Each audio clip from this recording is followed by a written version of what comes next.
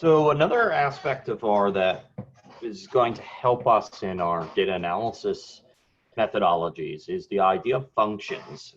If you have taken a Microsoft Excel course or you know Microsoft Excel, you should know what a function is and how to work with it. We briefly discussed it in Python in the calculus course, but here functions work slightly differently. In this lecture, I'm not going to go through how to define a function, but I will go through how to use a function, which is a very important skill to know. Every function works pretty much the same way. It's when you want to use a function, let's take a step back. What is a function? So a function is a step-by-step procedure that takes some inputs, works on them, and converts them into outputs. However, when we're using there's a difference between defining functions and using functions. Functions do something to inputs that we provided. However, we don't need to know how it does something. We just need to know what it does, what are the inputs required, and what are the outputs that we're going to get as a result of calling the function. And this is what we often refer to as the black box approach towards programming. So with the black box approach to programming, basically what we're doing is we're writing our own code. We're writing writing the code in terms of using different functions. The functions do something. They work on the inputs. They give us the corresponding outputs. And we don't know exactly what's happening inside. But when we get output, we then may work on that with some math or arithmetic. And then we may pass that into a different function. So coding, in some senses, is working with a lot of these different functions. So when we want to work with a function, send it some input and get out some output, we need a few things. The first thing we need is a variable name. The second thing we need to do is open with a parentheses right after the function name. We need to provide the function a list of inputs separated by commas, and then we need to close the function with a close parentheses. So when we work with functions, there's a few different aspects of this. So let's take, for example, the sequence function. Okay, the sequence function will give us a sequence of numbers from a given starting point to a given ending point by a certain amount. So for example, suppose I want to generate the sequence of numbers from 1 to 50 by every 1. So 1 to 50 by every 1. Notice how I've provided a list of inputs separated by commas, and it ends with a parentheses. I've also given it the name of the function, which in this case happens to be seq. When you run that, you'll see that we get our sequence of numbers. Playing around with that, we can see that if we were to change the third input to, let's say, the number 2, you notice that it now works by every 2. If we were to change the, let's say, first input to 4 and leave the third input to 2, you'll see that it starts the sequence at 4 and we actually get different numbers.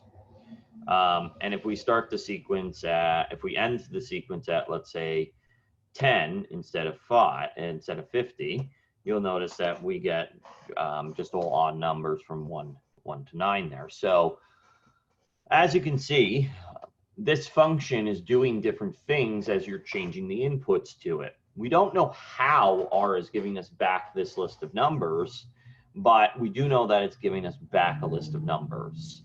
We do know what we need to provide it, namely 3 inputs, begin, end, and how much we want the sequence to run by. Let's take a look at another function, shall we?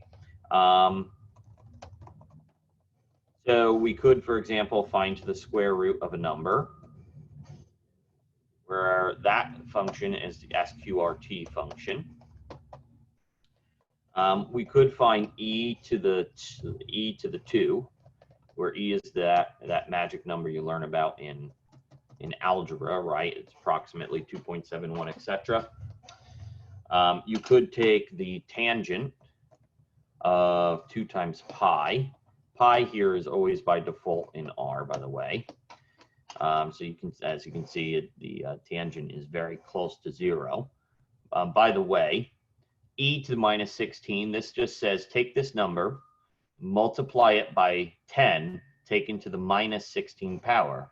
But remember, minus 16 when we have a power of 10 means that you're going to move this decimal place to the left 16 times. If this was a positive number, that's saying take the decimal point here, move it 16 places to the right. But because it's negative, this is saying to the left.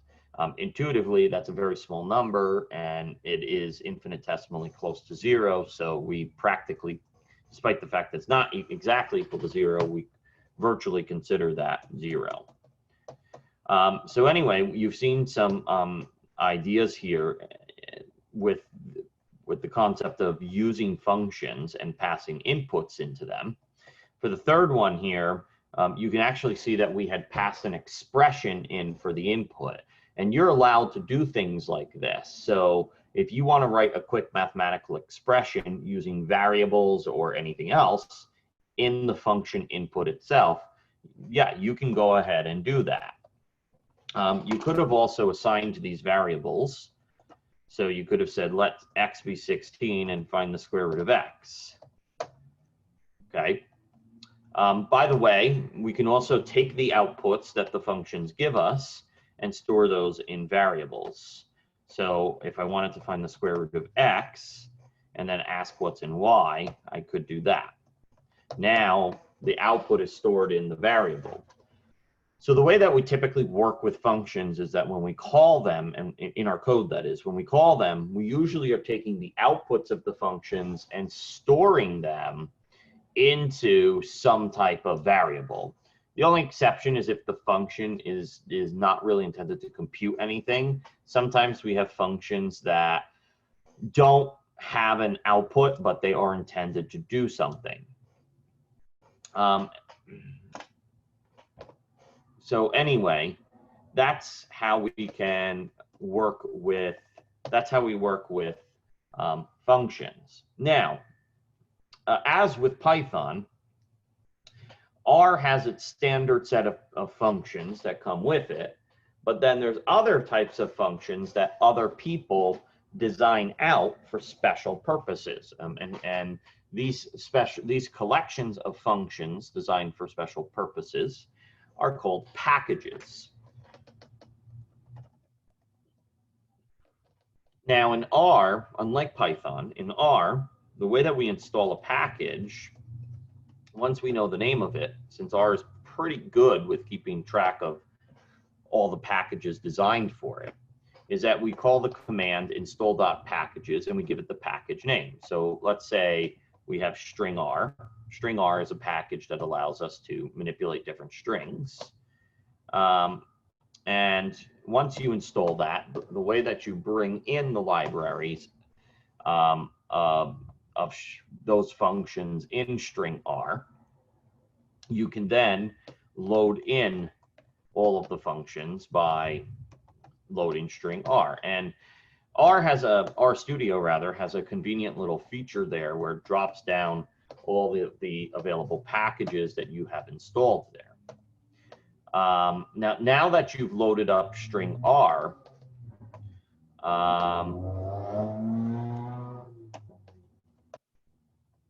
okay, what you can do is take a look and see what's in it. Now, one way to see what a function or a package, either one, does is to find out what the function or package does, is to put a question mark and then type the name of the package or function. So for example, let's say I wanted to figure out what does string replace all do.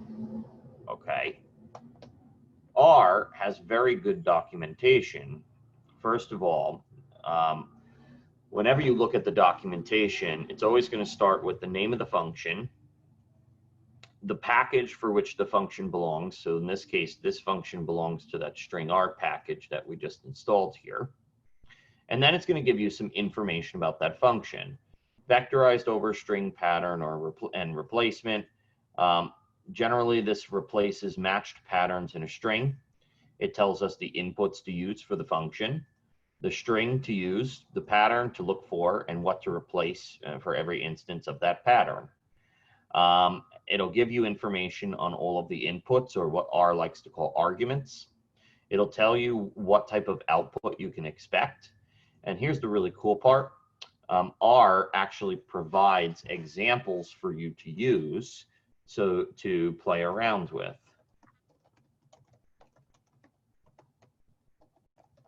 So you could just copy and paste that right in to play around with that function to see what it does. We haven't gotten to this C function yet, but I will get to that in a future lecture. As you can see, you have something that has fruit stored in it, and fruit or names of fruits and numbers next to them. And if you notice that when you call this function, right, you're passing this in, it's looking for this pattern A-E-I-O-U, and it's replacing it with the dash. So notice that it replaced the first occurrence of any of those letters with a dash. Notice again, O over here. E was the first vowel here, so it's replacing, it looks like, in this case, the first vowel. When you just used replace, it replaces only the first occurrence. If you run it again with the function replace all, it looks like it replaces all occurrences. I'm not too sure what tuper is. Oh, to upper is a function itself. Okay. Which also, I don't know if that is in the, we can see. What does to upper do? To upper converts all of the strings to uppercase. So if you want to test out that function, okay, test out that function. We've provided it some input, and it gave us some output. The output it gave us is that it gave us the same text, but with all capitalized letters. So what is it going to do in this case? In this case, it's going to replace all occurrences of fruits for all occurrences of the vowels in these different strings. And what is it going to do? It's going to apply the function to upper specifically to that input. So if you run that again and look, notice that it capitalizes all of the occurrence of the A-E-I-O-U's, right? We also have this one, which replaces all occurrences of what appears to be B, let's see, with an NA character. So, yes, with an NA character. All right, so with this stated, this is how we use functions. We question what they do. We try to understand how to work with them. By the way, R has different type of tutorials that you can work with for each package. If you just do the question mark on the package itself, you'll happen to see you'll happen to find where the package itself originates. If you can't, you can always Google it. So in this case, we have string R tidyverse.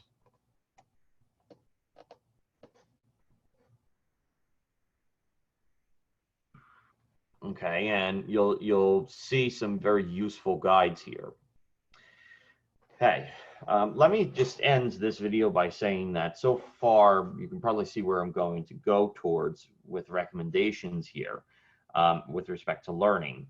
Learning R and Python, by the way, is not about picking up one book and reading through it. It's about solving a lot of different kind of problems, but also consistently going through online tutorials, seeing how to do different things. R and Python, there's no course that can teach you everything in R and Python. I'm here to give you the basics to kind of help guide you and navigate you through some of the more challenging aspects of the languages here. But with that stated, I'm not going to be able to teach you everything, because a lot of what you will need to learn to become an effective analyst actually comes from a need to do this by yourself. So there are tons of pieces of documentation. Let's see if I can find stuff on string R. It's just one package. There's many others. Learning R is just, it is all about, so yeah, you have, so a lot of these packages have vignettes, which are like tutorials to help guide you through the different functions in the package itself. So as you can see, here are some useful features of that package using the different functions. And we'll get into some more of the advanced intricacies here that they're using. But as you can see right off the bat, there's functions that you can use that are of extreme importance and use, replacing certain letters with other letters, subpatterns, removing white spaces. This package specifically tends to be very useful in textual analytics, but regardless. So the point here is that when you go to learn a new package, a lot of the times they'll have a vignette. You can just put the name of the package and then vignette, and it should, bring you right to where that is. Also, R has very good documentation, as we've somewhat illustrated here. I'm trying to find where that is. Sometimes you just kind of need to Google around to find it.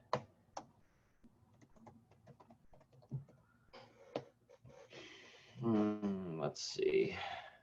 There you go. String R package. R documentation is one website that puts the R documentation in like a printer-friendly format. I don't like this. I like the old school R documentation, which looks exactly like this. So every package in R, or at least most packages in R, has a set of documentation that lists out all of the different aspects of the package. It lists out all of the different function names that are in that package. And then it lists out the same type of information we saw directly in R, which is what the function does, what are the inputs that need to be provided to it, which inputs are required, which ones are optional. And it also provides some useful examples to kind of get off the ground lifting for you to work with and play around with. So learning R is a lot like learning math. It requires practice. It requires just doing it and working on different mini problems, going through the different documentations here, figuring out what the functions do, playing around with the inputs, seeing what you get out as outputs. Okay, so, but anyway, those are the basics of functions. Now that we have an idea, and I'm going to go through a few different functions with you as we progress, learning R, at least the basics of it, pretty much boils down to just learning new functions, as well as how to work with what we call logical control, how the commands are executed, conditioned on certain other things in your code that you've written. But just putting that aside for the moment, those more intricate details aside for the moment, this hopefully should now get you into the groove with moving forward with some of the stuff that we're going to be working with probability-wise in R. But anyway, these are just the basic fundamentals of variables, values, both string literals and numerical literals, and functions. We'll get into some additional topics in the following videos as well.